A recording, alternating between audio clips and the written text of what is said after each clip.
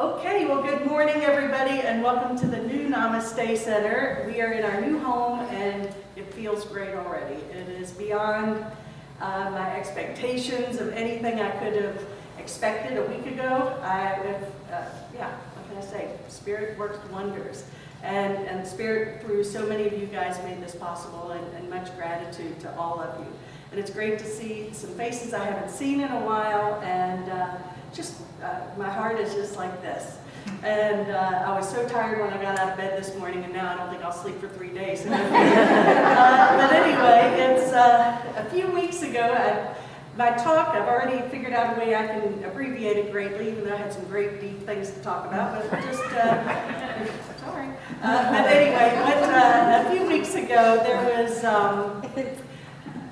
I'm not really into these action movies too much, and someone says, oh, I want to go see this, and I'm like, because the action scenes that go on and on, and it's just like enough already. And so a friend of ours said, oh, I want to go see Man of Steel. And I kind of did like the old Superman movie, so I'm like, okay, I guess, she's a friend, let's go, I don't know about that. She goes, you don't like action movies, so I know, but let's go anyway, because she wants to go. Well, 15 minutes before we're supposed to go, I don't think I want to go tonight. And I'm like, oh great, well we're already going, so we'll go see Man of Steel. And we went to our favorite little cinema in Flat Rock Cinema. And it was a great movie. It was fantastic. And other than the scenes, the action scenes being way too long, who in here saw the movie? Do you agree? Yes. The action scenes were long, but the message was fantastic. And I know the kids probably were like digging it. I mean, they were like, oh man, this is great, go on, come on, more. But I was like, I was getting ready to go, well, maybe I can go to the bathroom now, whatever, and come back and I won't miss a thing. But beside the point, before I went to the movie, I had actually read, I believe it was on CNN. I go into the website sometime and just read some of the articles. And they had actually an article that said, Superman flying to a church near you. And they were actually, and it says, Man of Steel comes to churches, even offering a message that compares Superman to Jesus. And then it said, and then I started digging around on Google a little more, and it said, well, go with the movie, seeing Superman as a reflection of Jesus and his life resembling that of Jesus. I said, okay, I can do that. So I went with that anticipation and said, okay, how does his life mirror that of Jesus, the man? And boy, it was very cool how they did this. And I tell you what, I loved Christopher Reeves. He was a neat guy and a great Superman. This new guy, Henry Cavill, as Clark Kent and Superman, he was cute. I was just like, wasn't he cute? I mean, I was like, this guy is like amazing. So Brad, wasn't he cute? Yeah.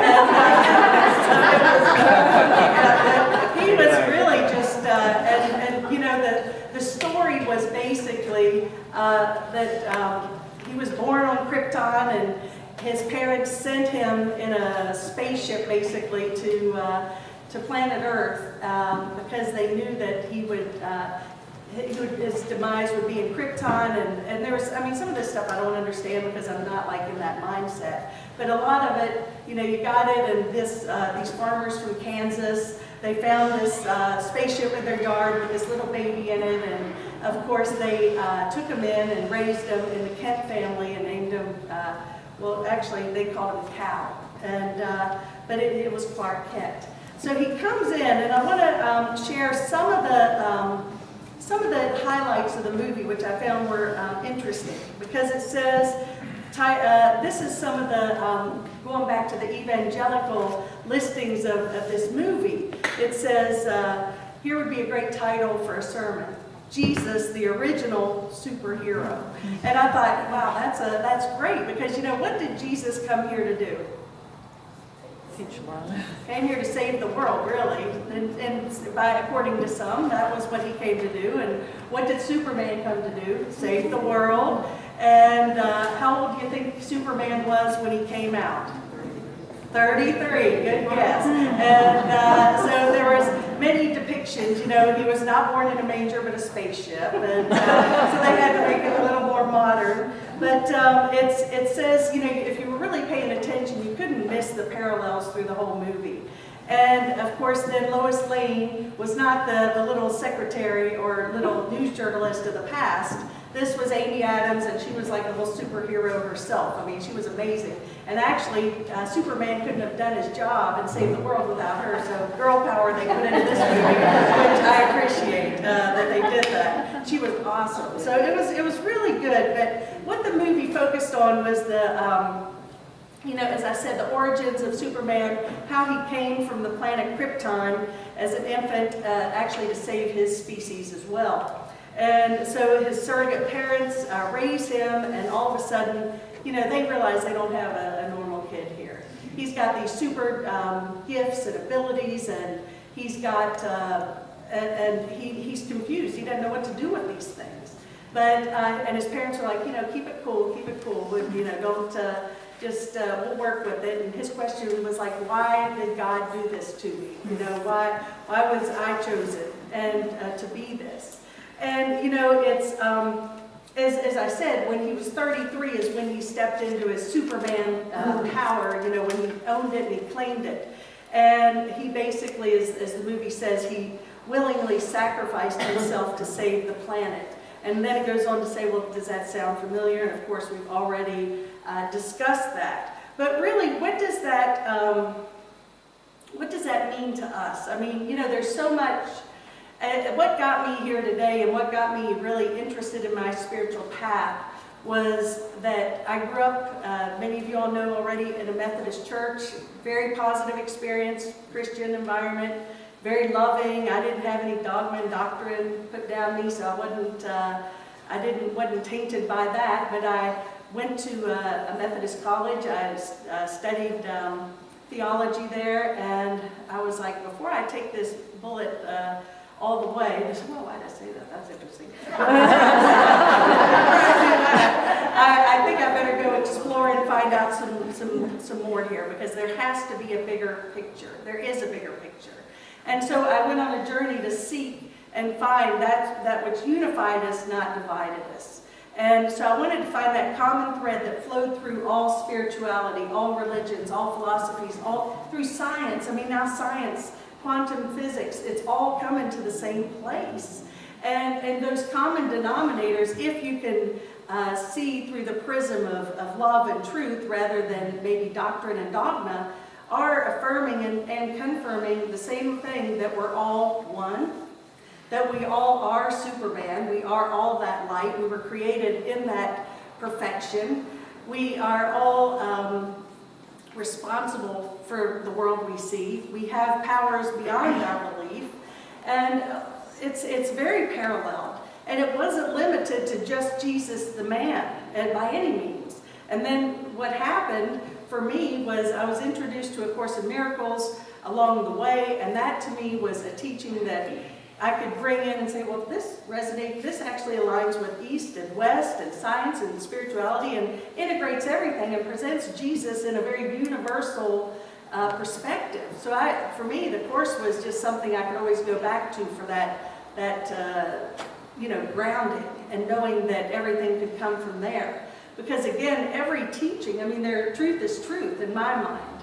And so there is a teaching in the Bible, for example, in Matthew 22:14.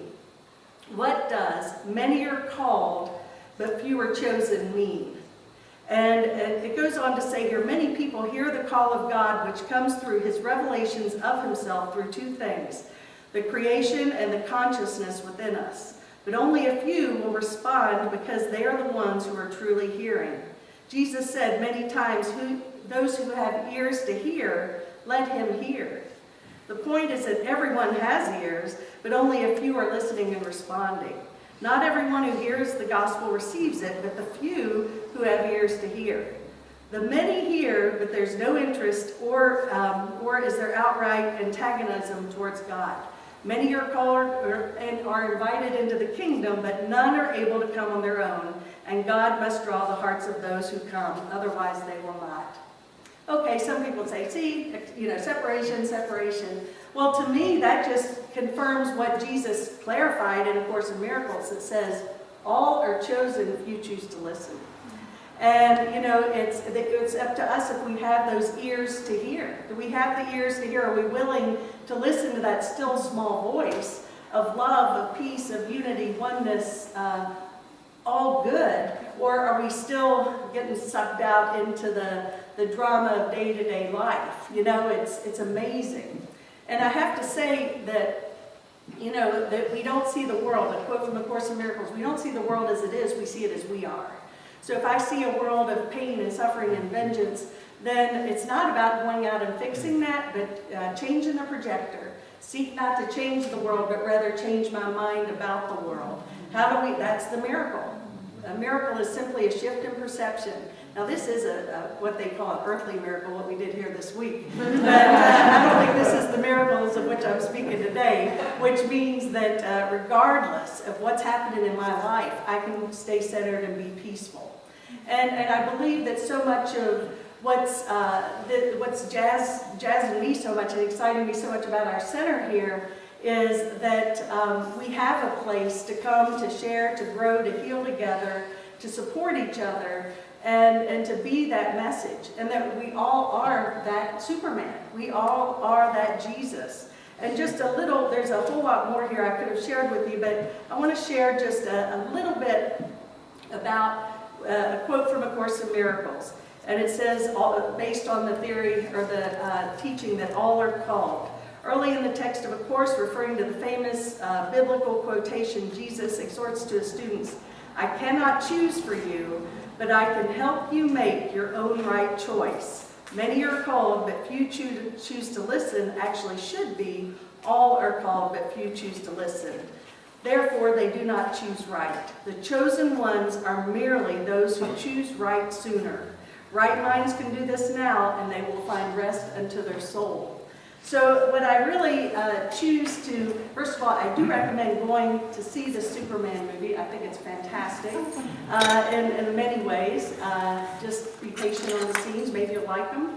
But to remember that, you know, I think the new spirit of spirituality, the new paradigm of consciousness is, and so many things are directing us and showing us that, you know, we do have these superhero powers. We've got powers beyond anything we can imagine. But if we don't let go of our limited thinking, our judgments, our fears, our limitations, our attack thoughts towards self and others, it's just like putting that veil between us and infinite possibility. So I would just offer each of us the opportunity as we move into our new center, our new phase, our new step towards whatever Spirit has in mind, is to be willing to say, yes, all are chosen, and I choose to listen. And I am Superman, and so are you, and so it is. Namaste.